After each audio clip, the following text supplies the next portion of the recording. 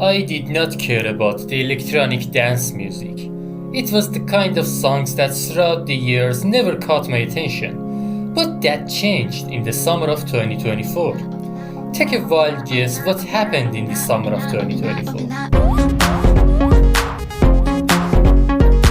I'm pretty sure you don't need another guy on YouTube to just glaze this album for you. It won Grammys, it started the whole Brat summer things, but the weirdest thing this album got was to make me be fully engaged with a dance album. Something I wouldn't predict to ever happen. I used to think a great album must be about isolation and incompetent social rules that are forced to us, told through moody songs with at least one key change and 7-minute guitar solo. But here I was, bumping my head to a girl singing about taking an arrogant role and being a party girl, and swapping gender to help her relationship by using an apple. Wait, no. Scratch that. Jokes aside, there wasn't a single minute in this album that I thought I'm not having fun or I'm wasting time. It's very consistent and well put together, and I'm craving for more of this sound I'm feeling. I looked through websites like Album of the Year and Reddit for recommendations. This is a drug I need more of,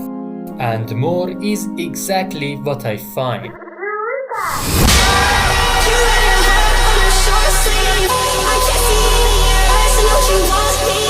The Weight of the World is a really badass name for an album. It might sound like the type of sad songs I mentioned earlier in the video, but this album is far from it.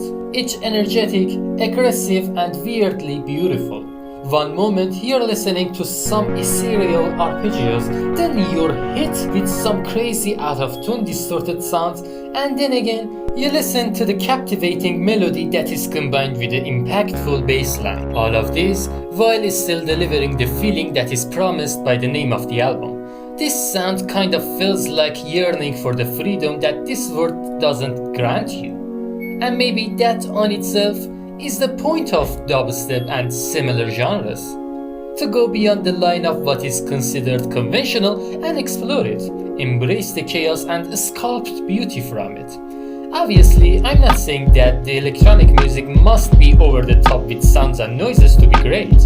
There can be beauty in minimalism. Sometimes less is more.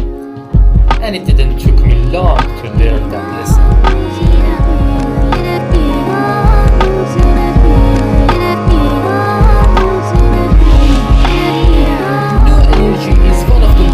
Gorgeous things that my ears have experienced not only in the electronic space but possibly ever. Listening to this album feels like visiting an art museum, staring intensely at the paintings and noticing how every shade of color and stroke of brush came together to form a meaningful part of this existence.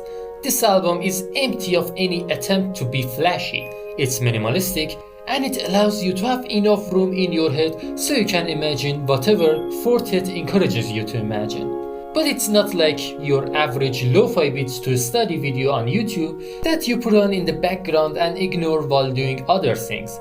The haunting atmosphere and the satisfying ambient texture of this album requires you to have attention, to evoke a kind of feeling that maybe you haven't felt in a long time. This experience didn't happen to me with only this album. It actually happened a lot throughout the discovery of this new modern genre, and it only kept on going and growing with each individual album.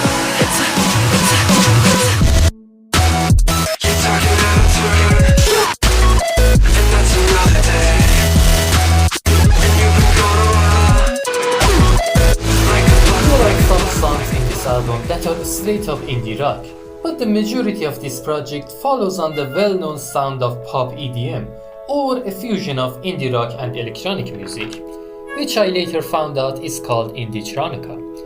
This indietronica thing was something I hyperfixated on for 2 months straight, something that is a great entry gate to understand more about EDM.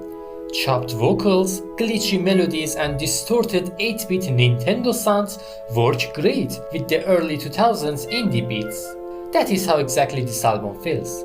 Nostalgia, happiness. Teenagehood dreams and memories. Nostalgia has become a buzzword that we use to refer to our semi-disoriented memories of the past.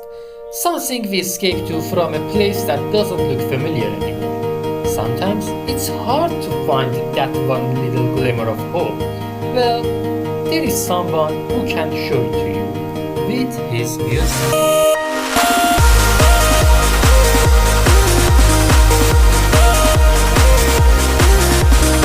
Popcore is a trend emerged in the post-pandemic era in social medias like TikTok when we most needed it. It's not an exaggeration when we say the 2020s were like hell for us. So it made sense that some young folks would gather together to remind you that there is more to life than whatever your fellow influencer is screaming about on the camera. This is not an attempt at toxic positivity or ignorance, but an answer to the systemic negativity that can carefully implement itself into your daily routine. And why wouldn't it be? When you're triggered, you react. When you resent, you click. And when you're desperate, you add all of those pretty useless pieces of plastic to your cart and hit buy. The two albums that Porter Robinson published in the 2020s both emerged from this trend and even reshaped it in its own way. The Nurture album specifically feels like an unexpected warm hug from a best friend. A friend who tells you it's okay to embrace the discomfort and flow with it. The same way electronic musicians embrace the noise and shape it.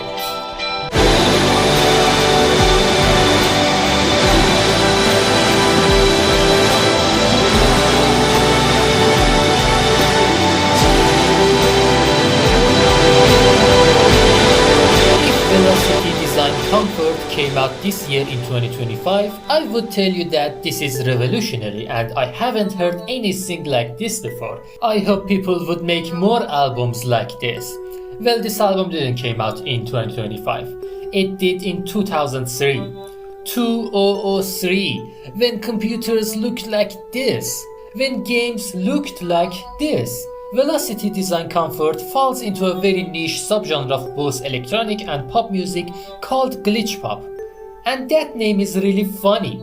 Do you mind if I remind you what a glitch is? According to Google's AI, a glitch is a temporary unexpected malfunction or defect in an electronic system, software or even a plan, often causing unintended and disruptive behavior.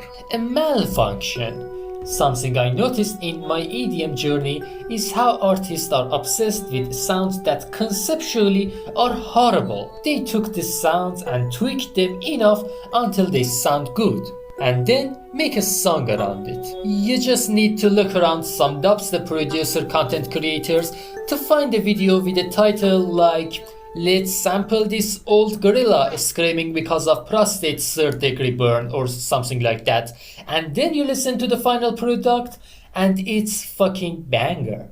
Also, another fact is the really famous glitches in that era of games that must have inspired Sweet Trip for this album. Just interesting how the previous era of technology would inspire the artists of that time. Just imagine someone actually tries to make a horror monster movie that looks like an early bad AI generated video. I'm not gonna be brave enough to watch that. Speaking of video games, let me tell you about the game that got me into EDM genre.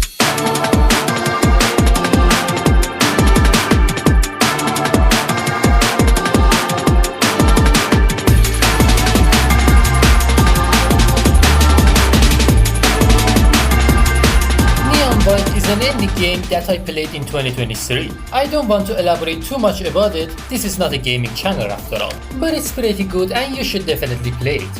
What I want to say with this is, I kept listening to the soundtracks way past I stopped playing the game. It has always been a part of my gym playlist and for good reasons. This album is super intense in the best possible way. The game is about running and finishing the levels as fast as you can, and the music does exactly feel like that. You need to be moving, slowing down is defeat. Every second matters. As I found out, Machine Girl is a big name in the breakcore EDM space, and knowing that they came to make an indie game soundtrack is fascinating. In some part of the album, they drown you in crazy rhythms and menacing chords, and in other parts, they hit you with some of the catchiest melodies you've heard. So in this video I talked about different EDM subgenres. Let me tell you that my least favorite genre of electronic music is house. It just sounds really flat, repetitive and uninspiring. Obviously it's just a me thing, and I still like Daft Punk a lot, but not much further than that. For my favorite subgenre, I go with breakcore, drum and bass and EDM. Oh, you don't know about EDM? Well, let me tell you about it.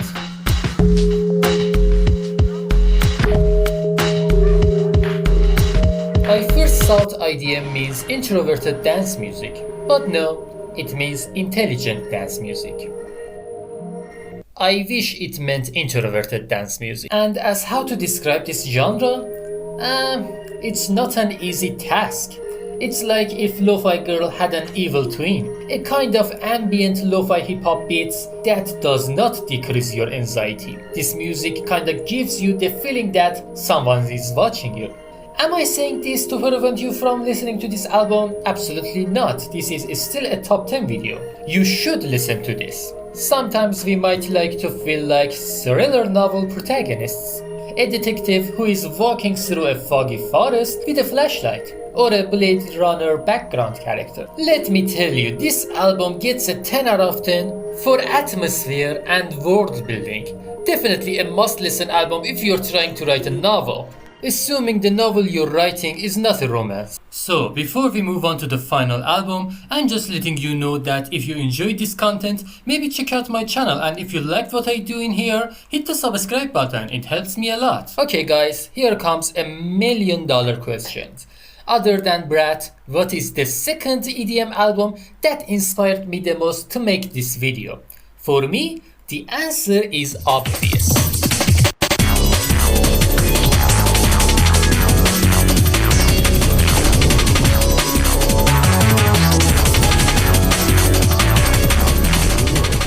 This album feels epic, in the same sense that someone calls the Gladiator movie epic. Listening to this album from the first track to the final seconds of the last track is a grand journey that moves you through all the emotions, and you will exit this cinema knowing that you're not the same person anymore. This is the point when I say to myself, yes, I totally get it now. This is what electronic music is. For there are just things that only electronic music can do, that literally not any other genres can. That's why most of the art rock musicians like Björk, Tom York and FKA2X suddenly switched gears and went balls deep into electronic music at some point of their career. They understand, and now I do too. Thanks to Turquoise this. So guys, this was all the albums that got me into EDM. Now you know how my taste works. If you know any other album that you think I might enjoy, definitely put them in the comments. I will read them and I will listen to them. Check out these other videos that I put out too. I'll see you later. Goodbye.